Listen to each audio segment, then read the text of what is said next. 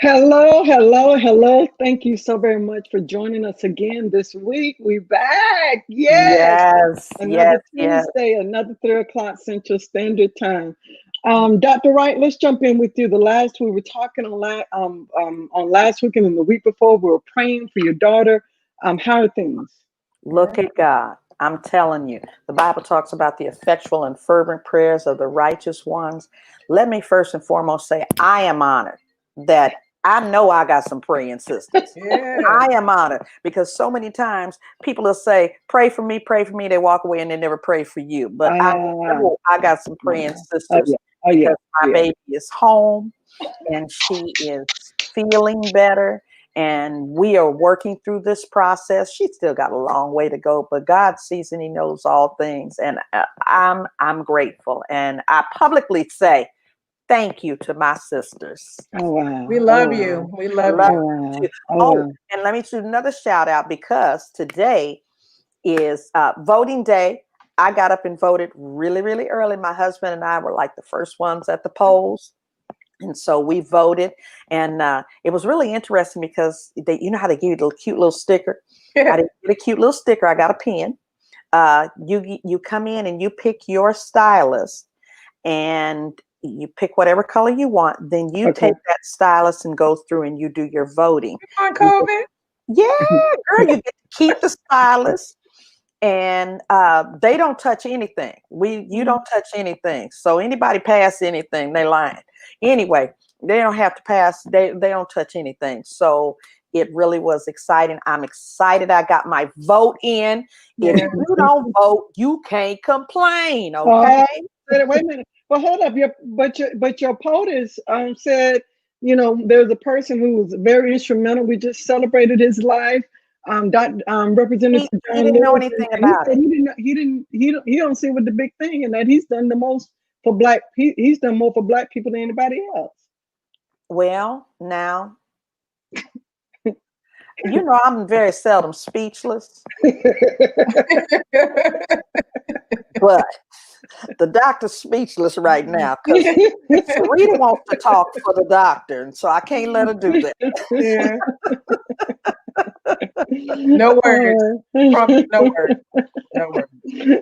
Dr. Brockford, how are you today? Wait, hold a second. I'm sorry. I just see that Mary Mabry joined the watch, and I want to thank Thelma Chanant and the others who are there. But Mary Mabry, she's in the hospital. She's one of the Yeah. mothers Oh of wow! my church, and she is tuning in from her hospital bed. Wow. Hello, Mother Wow! Mabry. We Hello, are Mother praying Mabry. for you.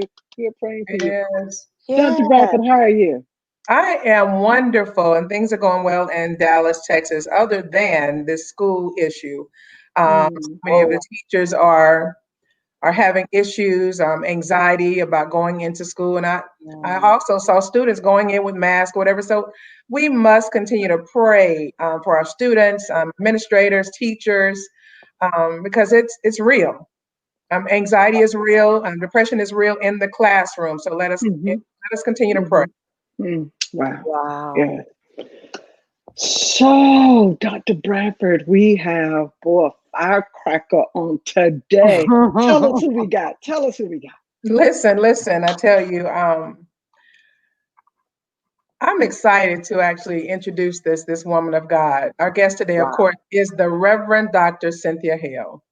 She's Mm. a senior pastor of Ray of Hope in Decatur, Georgia, Mm. where she has been pastoring for more than 39 years. She's the founder of this church, and I'll let her tell you more about how this started. It's an amazing story.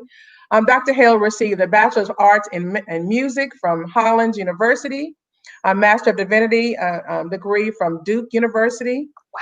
and a Doctor of Ministry degree from the United Theological Seminary. She holds 5 honorary doctorates of divinity and an honorary doctor of law degree. She's Mm. a visionary and a woman of purpose. She's the founder and convener of the world renowned Women in Ministry Conference held annually in Atlanta, Georgia. She is the author of I'm a Piece of Work, Sister Shaped by God.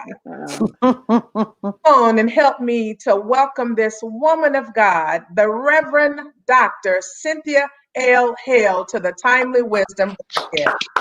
Hello. Hello, Dr. Hale. Welcome. Everybody, I want you to like or welcome her with your words. Type in welcome, Dr. Hale. All right. How are you, Dr. Hale?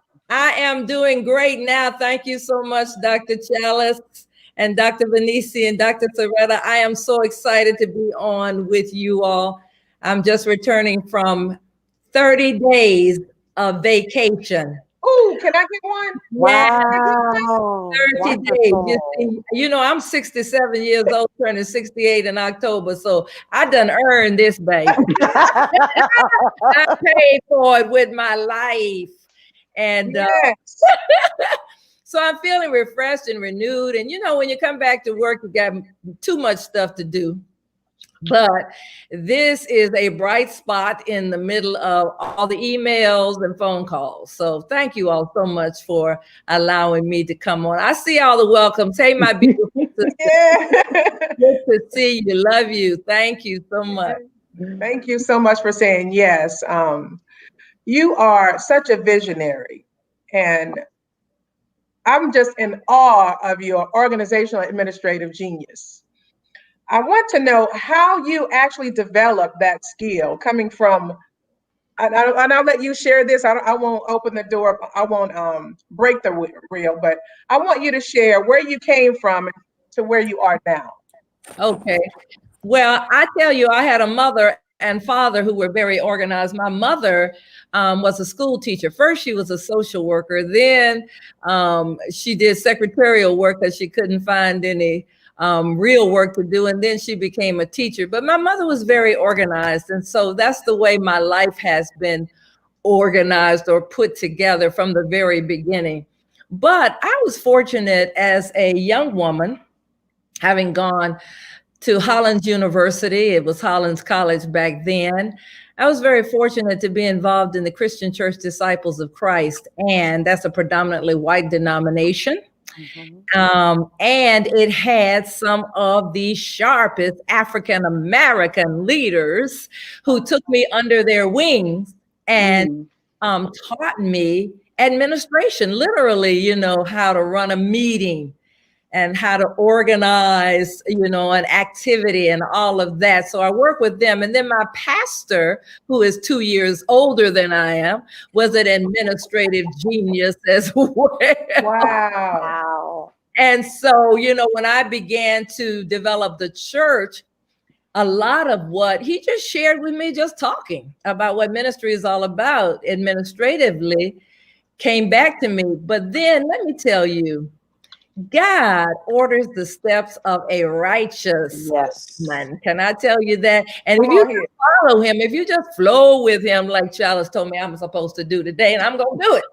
If you just flow with God, God will take you to the right places. And even when you don't think it's the right place. Wow. The way that I really learned administration was no one would call me to pastor their church. So a friend of mine in seminary told me, you need to check out this federal prison position. I said, oh, no. That's not where I want to start. He said, seriously, Cynthia, just go check it out. They have a position for a part-time chaplain, and you'll be working with another chaplain, of course, who will teach you everything. So anyway, I applied for the position, and the moment I walked on campus, I have to tell you, it was an all-male prison. All right now. I knew that was the place I was supposed to be. All right now. And in that prison, that man, after a year, he retired, told the warden to hire me, and that position was thrown in my lap. Wow. And I had to then organize the entire administration of that prison chaplaincy. And so then after 3 years, they wanted to make me a warden. So they sent me to the staff training academy. And there, with a group of 7 other people, we had to organize that office. Wow. So I've just been organizing all of my life. So when it came time, we wrote policy. We developed how things were going to happen in that staff training academy. By the time I started Ray of Hope, I wrote policy for every aspect of that church. Wow. Wow. And if you are starting a church, all you got to do is be in touch with me. If you're running a church, just be in touch with me. I have a manual that thick of policy on every aspect. That's how I got to where I am today. I'm a master administrator. You will appreciate this because I didn't used to say this. I used to own who I am. I'm a king and a queen maker. Because I develop other ministers to help them become who they want to be. And so, and what I tell people all the time is you may be a great visionary, you may be an awesome preacher and teacher, but you need to have some administrative skills, or surround yourself with somebody who does. I just saw Connie Jackson on the line. Yes, Jackson is my road dog from years ago who worked with me. She's a master administrator. We wreaked havoc. Yes, she is, Dr. Hale. And made some things happen. I see all my girls, Verzola, Gail. Hey, y'all. Yes, you're absolutely right. What's up, girl? Oh, you do you. I'm loving it. Yes. Yes. So that is really how I developed it. And through the years, I just continued to build on my skill and to learn through reading and through application. Because you can read all day long, but you've got to apply. Right. To try what you are learning. And you can't be afraid to fail. It happens. Because failure is our best teacher. Wow. It really is. I can't tell you how many times now. And I am a recovering perfectionist. And people pleaser. Okay. Which means that I wouldn't allow myself to fail. And I was afraid that somebody else was always talking about. That's why I'm a piece of work. I was talking about my failure. But I had to get over that, make some mistakes, learn from my mistakes, and try it again. I preached a sermon one time, and oh no, this is the best quote. A friend of mine said that failure is the womb of success. Ah, wow. I like that. Wow. Let me ask you this, Dr. Hale. Sure. For persons who are part of a structure or system that seems to say to them, if they slip up or if they mess up, then they might not get another chance. I know I just heard you say, don't be afraid to fail, but what is the other kind of aura that perhaps they also need to carry with themselves in the of trying to be the person or trying to chase and knowing that they might mess up? What else should they have with that knowledge of not being afraid to fail? Well, first of all, you have to be confident in and of yourself. And as I have said often, Gail Rice said, own the skills you have, be who you is, do you. Yes. That's so important because you can't be anyone else but you. Often we will compare ourselves to others.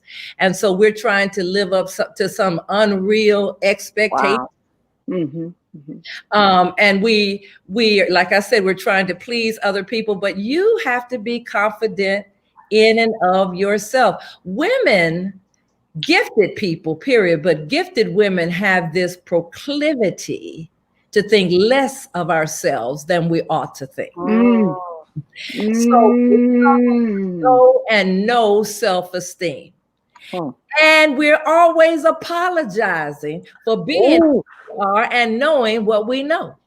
And so we often try to, if people say, for example, people used to say about me all the time, you are too big for your britches. You're arrogant. You're this, you're that.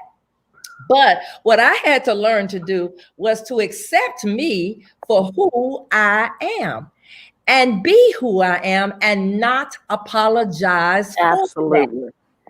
So not only do you have to have confidence in yourself, but you, Leah D. Jackson, what in the world are you doing on here? Not only do you have to have confidence in yourself, but you have to have, that's my minister of Christian education, you have to have confidence in the God in you. Yeah. Who created you in God's image and likeness. You are fearfully and wonderfully made, piece of work. Mm-hmm. God doesn't make mistakes. That's right. God created you with everything that you need to be the person that he created you to be and to do the things that you're called to do. And so you already have it in you. And you have to trust that.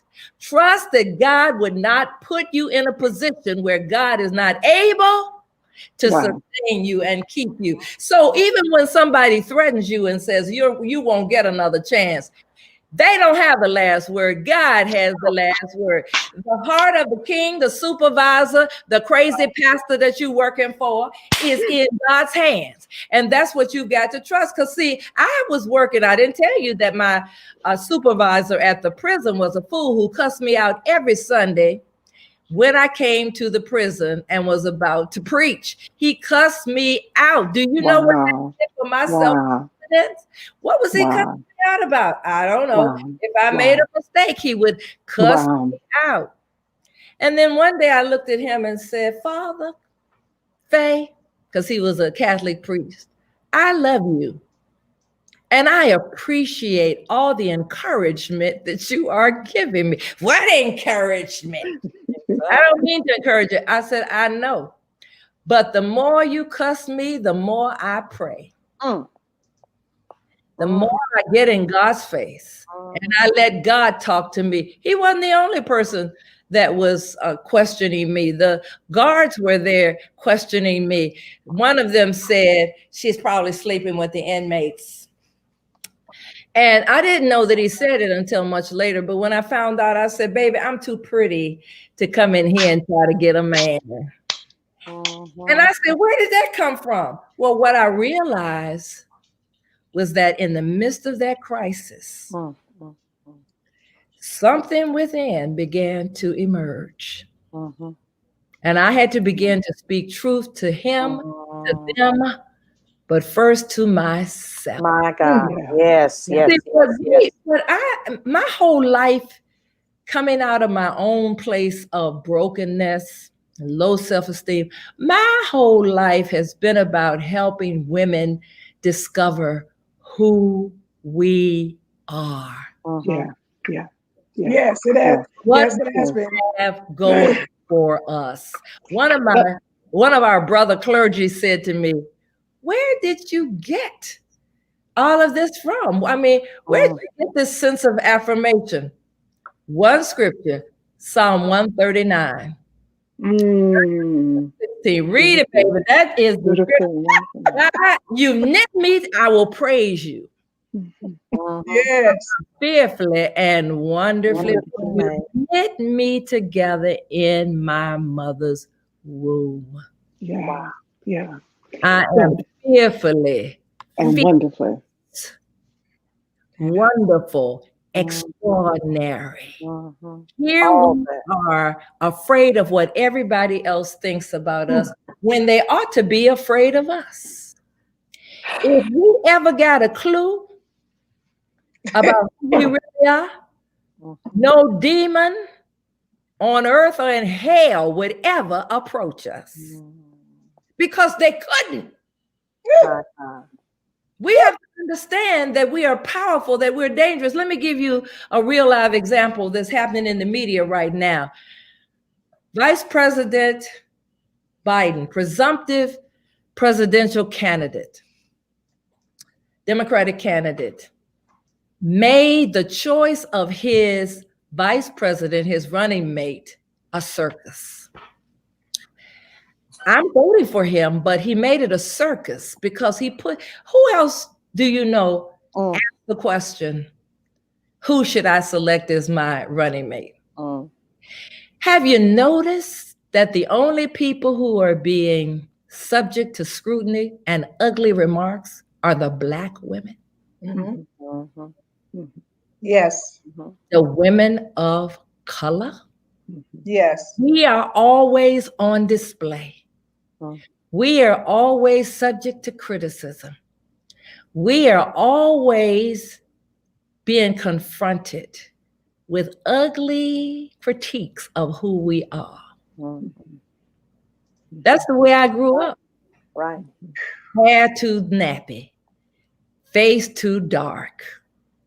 You don't look good in those colors. Dr. Venice, my grandmother called me a Jezebel one day because I came to her house in a red dress.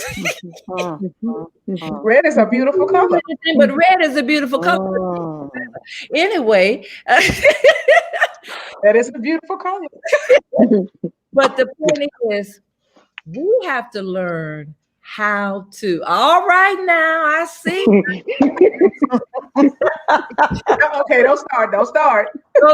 Don't start. It'll be a mess up in here. But anyway, again, we have to learn how to accept ourselves, Yes. appreciate ourselves, affirm ourselves, and affirm one another. That part. That part. Yeah.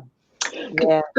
Dr. Hale, I want to brown nose for a moment. That I'm a graduate of Phillips School of Theology at the ITC in Atlanta, and I graduated way back when. I hate to say how long ago it was, but it was back in the 90s. And so one of the things, so one of the things though I remember was actually hearing the brothers on the campus talk about this Cynthia Hale. There were some who were like, man, you got to hear her preach. You got to hear. And the others are like, oh, women don't have any place. But apparently there was also something you did that extended as part of an extension for ITC for some of us to get some community service and community work. And so many of those naysayers ended up coming through you and doing some of the community work. And when they came back, and so I don't know how much you know this. I'm sure you know that you transformed a whole lot of lives. But for me to sit in the class with my Baptist brothers and my COVID brothers and hear their perspective on women change, and it happened while I was in class trying to come through this system. But yet because of you, their perspectives changed because of the kind of ministry and power that you walked in and what you did. So I just want to thank you. I just need to brown nose just a little bit and thank you. I appreciate that. I think it's, and you know, I can only attribute that, Dr. Vanessa, to God, because at that time I didn't know what I was doing. When I tell you that every morning in my devotional time, God would tell me what to do that day, lead me to the right people, remind me of what I had already learned at an earlier time, or took me to the scriptures. It was so amazing the way God did this, and not only ordering, but then bringing to mind. And so when I presented myself to the men, and I've been in these settings so many times, when I presented myself to the men, one of the things that God made clear to me earlier on was not to be an angry Black woman. Even though the guys, when I went to seminary, said, what are you doing here? You know, God doesn't call a woman. When I came to Atlanta to start a church and went to Concerned Black Clergy, only 5 of 100 men, pastors, spoke to me. Every setting I went into, they questioned. And God, I had plenty of reason to be angry. But God wouldn't let me. And I mean, through tears at times, I literally had to cry and get over my feelings, my real feelings. I had to bite my tongue, except in safe places. I had to find sisters and some brothers with whom I could be unapologetically who I am, so that I could be graceful. And one of my prayers was always, God, let me be graceful and grace-filled like my mother. My mother, and now I am explosive now. Let me be clear about that. I am explosive. But I had to learn not to be angry, because I think that I know it turns people off. But you can be angry and sin not. Right. Yes. So I don't mean that we shouldn't be angry about injustice or being mistreated, but learning how to handle that and communicate that, that's what I had to learn to do. Yeah. Wow. For those women who are going through the process, walking through it, and they find themselves in a box, what can you say to those women who are attempting to push themselves out of the box, or surround themselves with women who are like-minded? What do you say to those women? Come to the Women in Ministry Conference. Yes, ma'am. Give us that information so we can post it here in the broadcast. Yes. Sure. The Women in Ministry Conference normally meets the third week of September. It is the Monday after the third Sunday. This year, we won't be meeting personally, but in Atlanta, but we'll be meeting virtually, and we are backed it up a week. So it's actually Monday, September the 14th, when we will have a session, and marketing is going to begin in a few days. And so that information will be out, and people can sign up for that that conversation. Where would they go? What's the web address? You can go to www.rayofhope.org or Cynthia Hale Ministries.org. So either one, and to find out about that. But what I would say is, and Chalice, you said it, it is surrounding yourself with women like yourself. Wow. And I always said, and this didn't originate with me, that you always need to have women who are before you, who are beckoning you and encouraging you and affirming and mentoring you. Yes. Bringing you along. So you're pulling you forward. You always need to also have women who are your partners, who are beside you, your colleagues, women like you. And then you have women who are behind you that you are mentoring and modeling what life as a secure and beautiful and brilliant woman is all about. So it's important. And sometimes we have to push past our insecurities to find ourselves in those places. I am one of the most unapologetically, I was one of the most insecure women in the world. When I went into certain settings, I was afraid to speak up, to say what was on my mind, because I would be judged. When I was around men, I wouldn't talk because I somehow thought they were smarter than I was. When I was around white women at my university, I just knew all those white women were brilliant. Oh my, they ain't. The men don't know more than we know. The sister girl who looked like she got it all together. Wow. She's as insecure as I am. We all have insecurities. Yeah. You just have to be comfortable enough in your skin. And even if you're not, fake it until you make it. Wow. Listen to you. Talk to people. Talk to other sisters. And don't be afraid. See, that's one of the things I had to learn to do too, is be unapologetically who I am. So I'm insecure.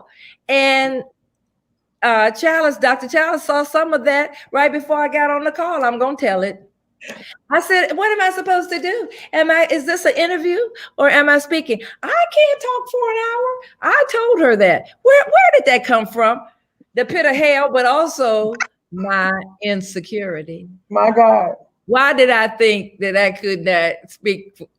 This stupid. Just, Okay, so like I tell people all the time, you think you are totally healed, but then you realize you got some residue. Whoa. Lord, good God Almighty. From your past. That will keep you from going where God is trying to take you. Residue. You need to check out your residue. See, when people tell me I got it all together, Dr. Hale, I've already handled all of that. It's already covered. Well, preach then. And then you come to me later and say, well, how did I do? I feel so. Well, you said you had it all together. Jesus. Wow. We're not going to have it all together until Jesus comes. Okay. Yeah. No, that's a word. Hey. Hey, God. And we just need to be honest about it. It's okay. That's why you need to find sisters. Yeah. Who you can be unapologetically who you are. And not just women in ministry. I was just in Chicago on vacation, and I was hanging out with some of my friends. To be honest with you, some of my girlfriends in ministry, they were afraid to go out. But some of my doctor friends, one is an epidemiologist, and this is so funny because just to show you we're all insecure about things, she said to me, you know one thing, I'm afraid to be tested for COVID. I said, you are? I said, me too. Wow. She's a doctor, y'all. Transparency, that's real. Wow. That's real. So because I surround myself with women who are brilliant and beautiful and going places and doing great things, but also can be transparent, we help each other. Yeah. So when you get in those circles, don't be cute. Ooh. Be you. Wow. Like Gail Rice is on the line right now. I ain't gonna tell Gail Rice's business, but I will say this: I can have real conversation with Gail Rice. Yeah. But both of us are kind of earthy, you understand? I'm saved and sanctified. But I still got a few words in my quiver that I use. Y'all know that quiver. If I quiver. You know, like my mama says to me, it's some things that need a little accent. Need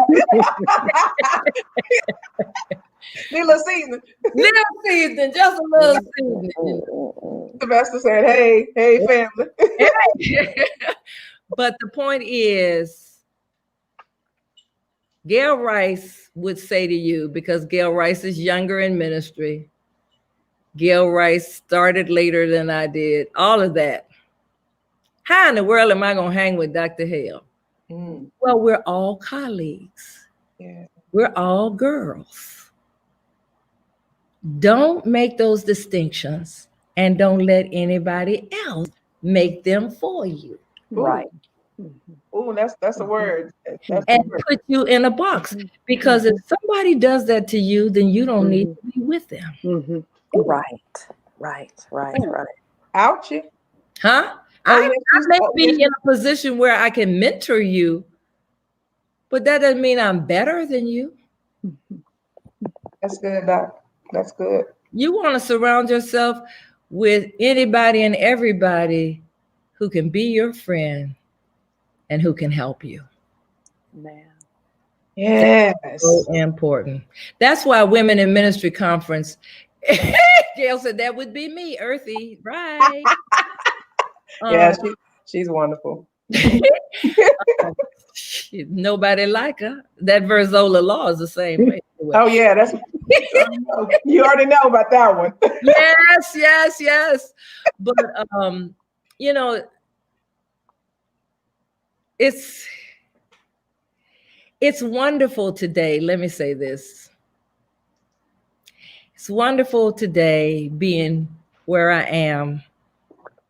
I am not free of perfectionism. I am not totally free of insecurity. but I'm totally me. Wow. What you see is what you get. If we could all get to that place of transparency, we would be it's so liberating. It is liberating. So freeing. Oh, I don't go back and think you shouldn't have said that. Who gonna correct me? Ain't nobody gonna correct me but my mama. Yeah. Wait, what's that saying? Wait a minute. What's that saying? Sheree from Housewives of Atlanta. Who gonna check my boo? Who? Right. Now, I try not to be offensive. Right. I don't want to be offensive. Exactly. But the other day, everybody knows I like a little glass of wine for the stomach's sake and my head too. But anyway, the other day, I was with my friends and they brought a new person there. And so they said, oh, yes, this is the Reverend Dr. Cynthia Hale. And I said, having a glass of wine. Would you like wine? She said to me, that's exactly what you ought to be doing. I said, I knew you were cool. Right. I just didn't want to offend her, but right. I let her know that I was going to have a glass of wine. If it offended her, maybe she would have to go to another table. Hey, you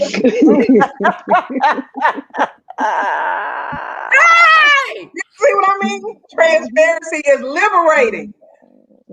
It is liberating. Mm-hmm. Listen, not only does it liberate you, it liberates everyone that's around you because you're being honest with everyone else and yourself.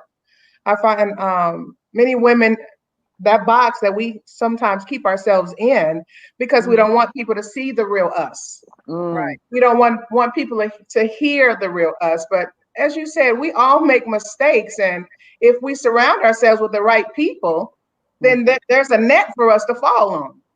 Right. But the important thing is when you are not who you are uniquely created to be, you rob others of the blessings that you have in store for them.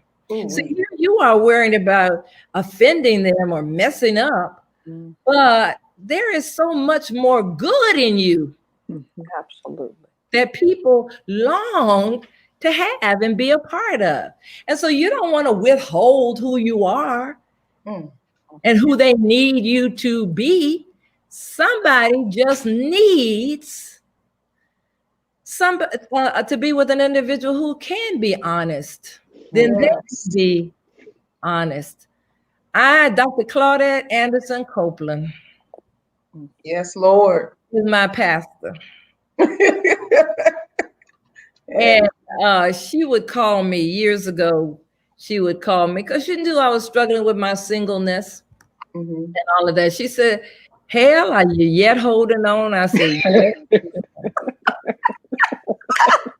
I'm yet holding on. Yeah. And the question, she would ask me that question, and I said, Lord, I want to sin, but I guess I better not. She gonna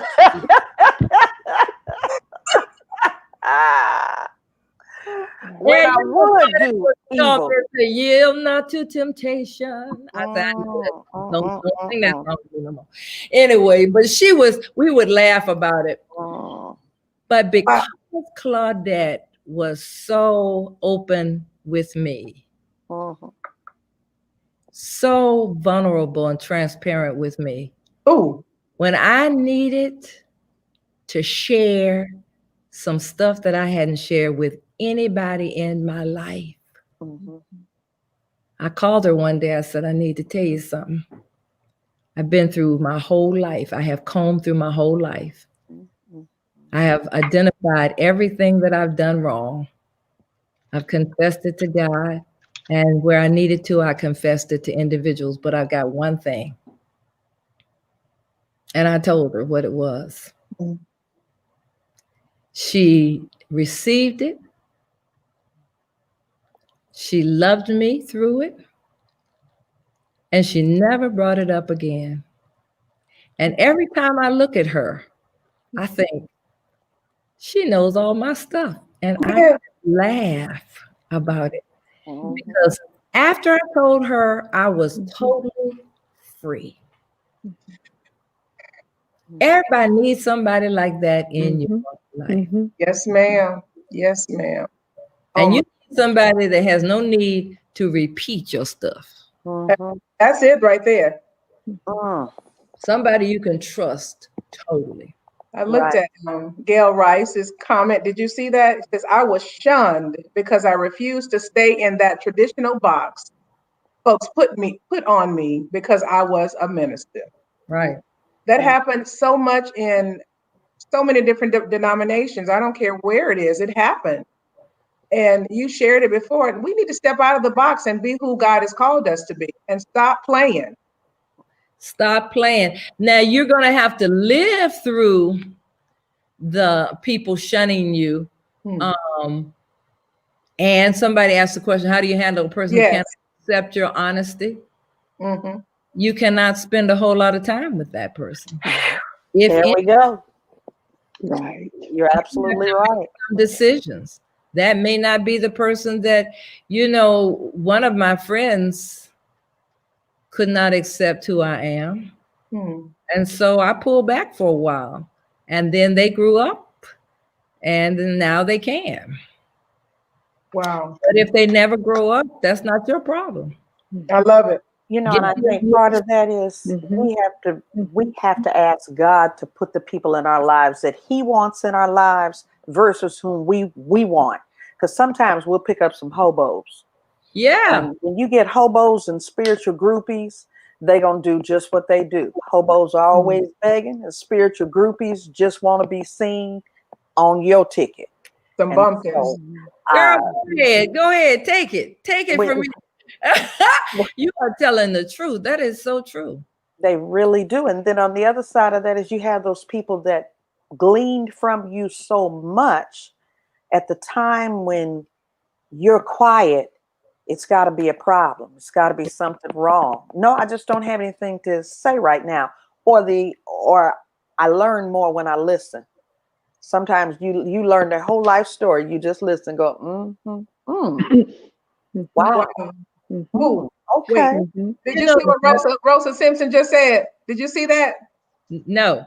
She said, still happens to me. What Gail Rice said about the box. They want to come to my pulpit, but can't come to theirs. But that still happens to me too. Okay.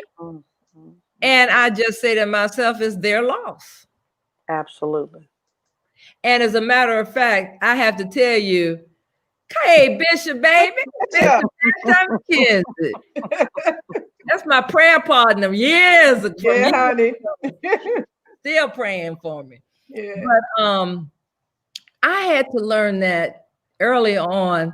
A friend of mine, we were all in a doctoral program together, and I would invite the guys to come to my church to preach, and they wouldn't invite me. They couldn't have me. And so one of their wives even said, you're always in Cynthia's pulpit, but you don't have her in yours. Wow. Ooh. Wow. That's real. Let me tell you how God handled that. And I can tell you who it is because this is a public story. But so he didn't know what to do with myself, Carolyn Knight and myself. But we were his good friends, really good friends. Well, anyway, God fixed it. His daughter, Kokisha Bailey. Yes, ma'am. I'm talking about EK, my friend. Yes, ma'am. But he was struggling. He really was struggling with that thing. I didn't shun him. I just kept inviting him. His wife said, why you haven't invited these women? But then when Kokisha got her call, you have to let God work some things out. Yes. First, God to work it out. And God did work that out. And one day I'll see EK again. We probably won't talk about that because it won't be important. He's in heaven now. Right. But EK and I had some honest discussions about that. And so I want to say this, that with some of my colleagues, I have been bold enough to say to them, what is your problem with women in your pulpit? Now, here's the other thing, not they might invite some women, but not all. And they may invite us, but they don't want to pay us what they pay the brothers. Wow. Yes. That's Yes, just ma'am. right. If you give the brothers 5,000 and you're gonna give me one, tell me what the difference is. Is the difference a penis and a vagina? Come on here. Absolutely. A preaching. Mm-hmm. Huh? Mm-hmm. What is the difference, really? Thank you. Wow. Mm-hmm. You know, Dr. Hale, you started your Kelly. ministry in your, oh, you want to ask this question or you want to comment? Okay. Mhm. As a young single woman in ministry, it is so hard to discern when brothers in ministry truly want to invite you to preach, or if there's another agenda where they feel they have access to you, or etc. Oh yes. Sometimes it is hard to discern that. Yeah. But wait a minute, because they will make themselves known what their real intentions are. Straight up. Right. Straight up. And just as straight up as they are, you need to be straight up. Amen. Not today, sir. If you're interested, work it out. But if you ain't interested, be on about. But let me say this to you. Unfortunately, you know that brothers talk, and often brothers use women, and then they throw them aside. Wow. So I had to make a decision early on. Do I want to be laid or do I want to preach? Yeah. Amen. Be respected. Yes. Mm-hmm. And so, you know, the brothers, you don't mess in your own backyard. So you got to decide. That's right. Well, the bottom line is you teach people how to treat you. If you settle for that, then that's what you're going to get. You So train let your them. yay be yay and your nay be nay. When you set a standard and you don't allow people to be common with you, of course, they're going to say you're mean, you're stuck up, you think you all that. But at the end of the day, I'm covered. That's right. Right. So you have to be very selective in everything. One of the things that I determined long before any folks start hitting on me was I did not really want to date ministers, preachers. Because when I went to Hampton, that was chaos. Okay. I mean, that was way back. I mean, I was in seminary then. They must change. Chaos. Okay. So I'm on the stage now, so I don't have to deal with that. Right. But I knew that the settings I went in, I would be hit on. And so I had to make some determinations. I had to set some guidelines and boundaries in my own mind and heart to really keep away from foolishness. And this is what I said. I said to myself, if you are attracted to someone in the church or in ministry, then be honest about that, but make an honest decision, a clear decision about where you want this to go. Yeah. And where you want to go in life. Right. And I decided where I wanted to go, so I had to leave. Because there's some brother hobos too. I had to leave those hobos. Yeah.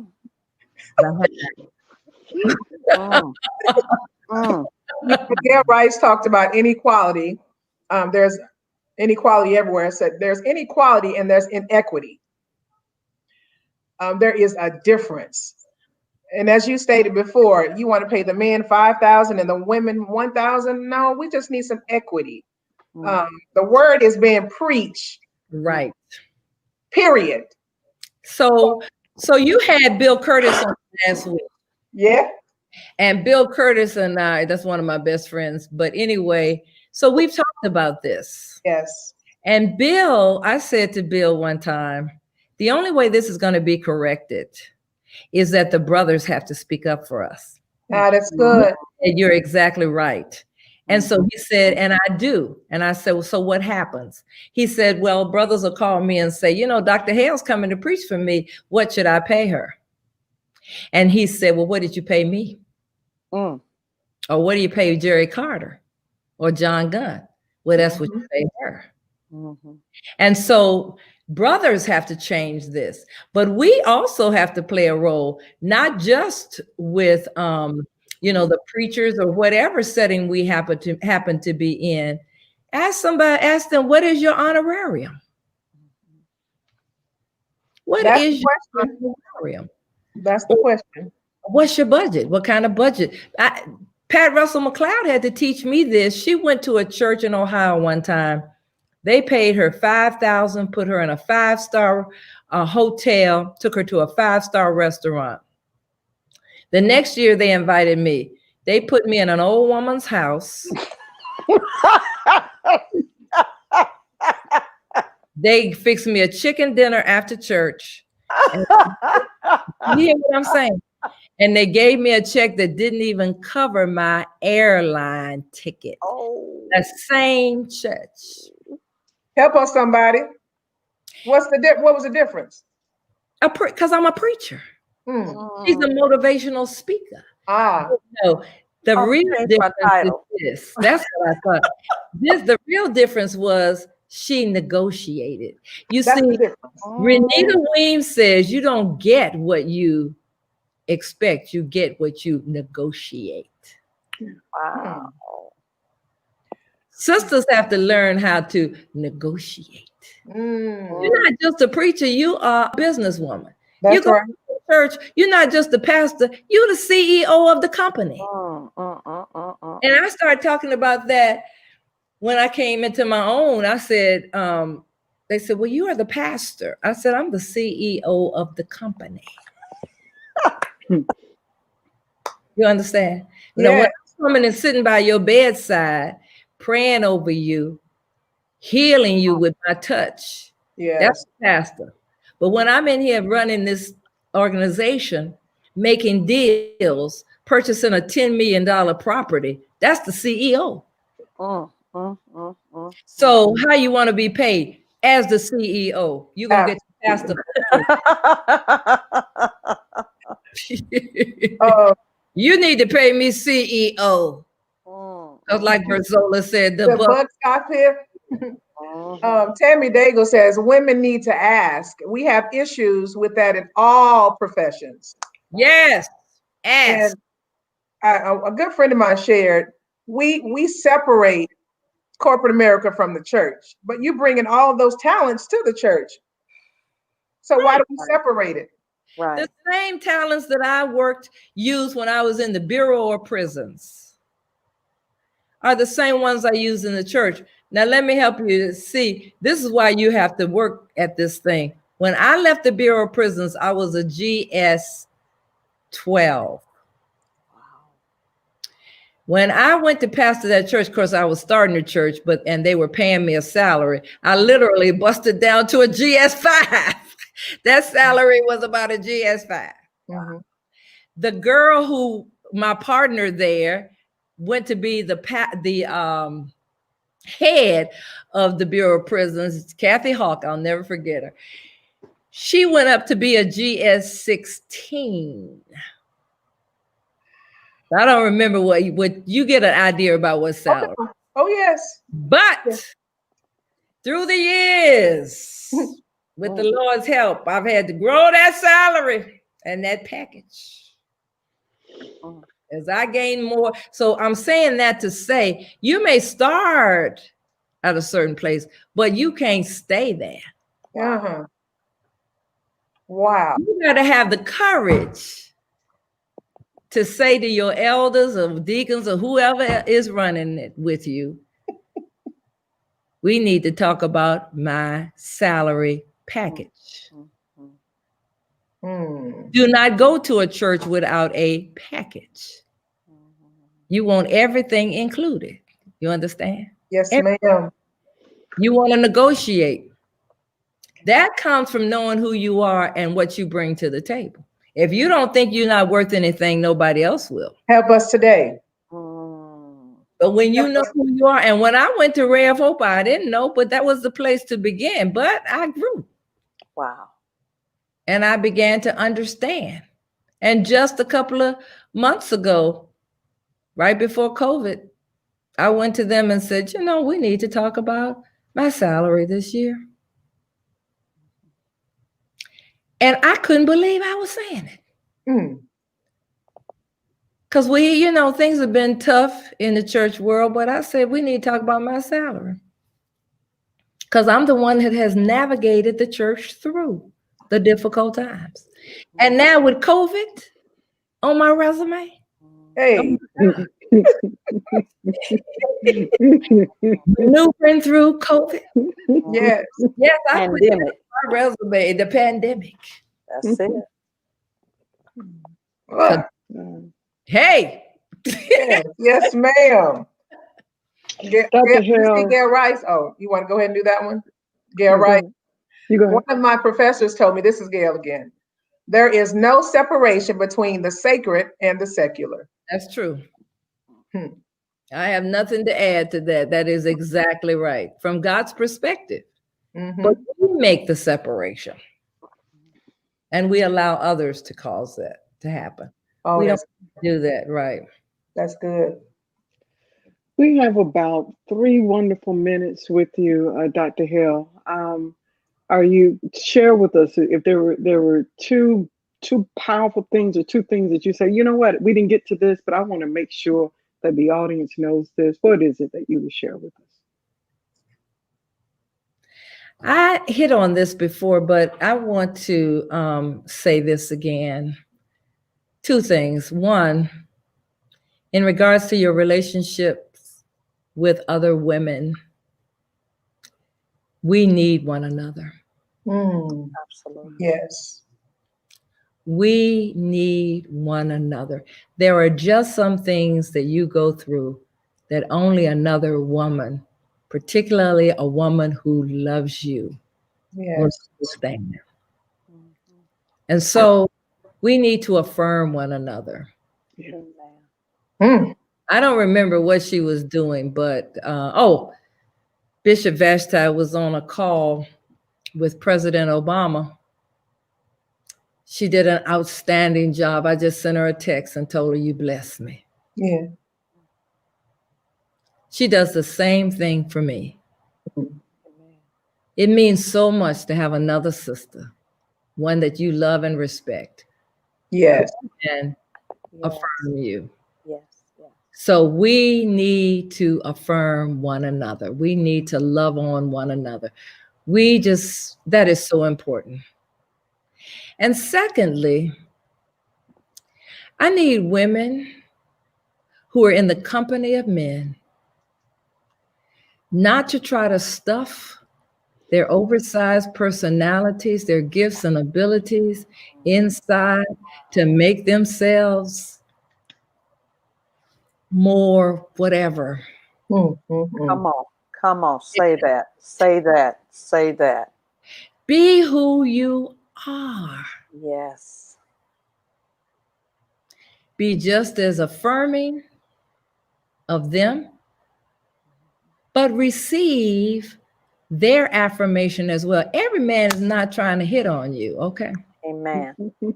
I just want to say that. Everybody is not. And when they are, just handle it. You know how to handle the brothers, handle it. But you need to be who you are and not be uptight about that. And uptight about who you are in the company of men. God made us equal, male and female and there are certain appreciable differences.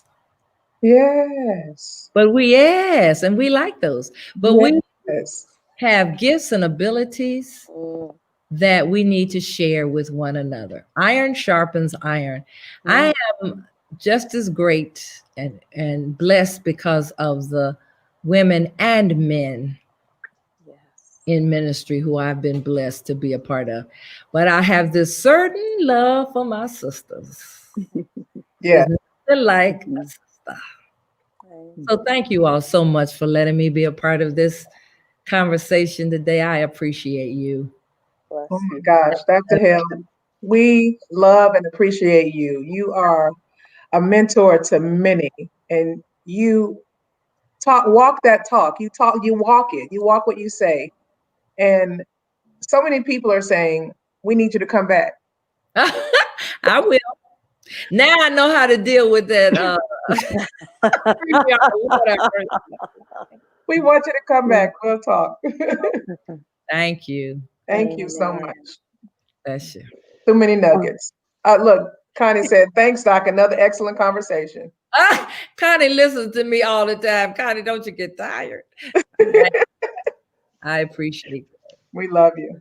Thank you all for joining us on today with Timely Wisdom. Dr. Hale, thank you so very much for agreeing to be our guest on today. You have blessed our hearts. Our viewers are already asking that you do come back, as Dr. Bradford has already said. And to those of you, Dr. Wright, do you have anything closing before we close out? I just appreciate you so very much. I truly enjoyed it. And again, I want to encourage those of you that are on my end in Kansas City, go vote. Yes, ma'am. And I'm praying for your daughter, Dr. Wright. Yeah. Thank you. Thank you. Thank you. Yeah. I'll hold her in my heart. I got you. Thank you. Dr. Bradford, who do we have next week? Next week, we have the Reverend Dr. Roderick Beelan. Yes, ma'am. He's coming in. He's going to share with us about prayer, and we're excited about it. Wow. Yeah. All right. God bless you all. Next week, God says the same time, 3:00 Central Standard Time, Timely Wisdom. Until then, be blessed and remain a blessing. Bye-bye.